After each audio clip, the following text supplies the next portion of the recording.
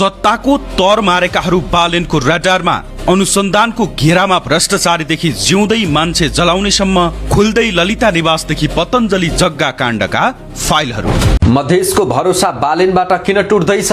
आफ्नै सांसद विद्रोहमा मधेसमा फेरि असन्तुष्टिको आगो। अमरेश कुमार पछि अरू नेता पनि उभिए विपक्षमा। 3200 कर्मचारीको सम्पत्ति लुकाउने दाउ, जरिवाना नतिरे तलब नै रोकिदिने सरकारको तयारी। सम्पत्ति लुकाउने बादशाहहरू को हुन्? महानगर प्रहरी संघको विवादपछि आत्मदाह गरेका गणेश नेपालीको निधन। वीर अस्पतालमा उपचारकै क्रममा जीवन संघको संघर्ष हारे। आखिर गल्ती महानगरको के कसको? बालेन सरकारको मास्टर स्ट्रोक। 4 विधेयक कसरी बने रातारात कानून, विपक्षीको अवरोधले रोकिए 4 क्रान्तिकारी कदम। बालेनको साँचो रविको हातमा। निर्देशन पालना नगरे प्रधानमन्त्री पद नै चट हुने। रासोपाको नयाँ विधानले ल्यायो भुइँचालो। पार्टीभित्रै चोर बाटोबाट छेडखानी गरिएको खुलासा।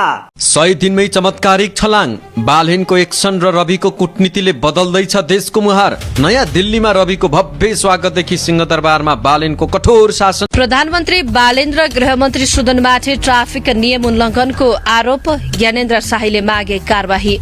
सडकदेखि सदनसम्म एकाएक हलचल। सडकमा जिउँदो मान्छे कसरी बन्यो आगोको भुल्को? मात्र एउटा व्हील लकको सामान्य विवादले कसरी पछाओ चालक 25 वर्ष युवा गणेश नेपालीको विवश अन्त्य गरायो भन्ने विषयले अहिले धेरैलाई स्तब्ध र आक्रोशित बनाएको छ।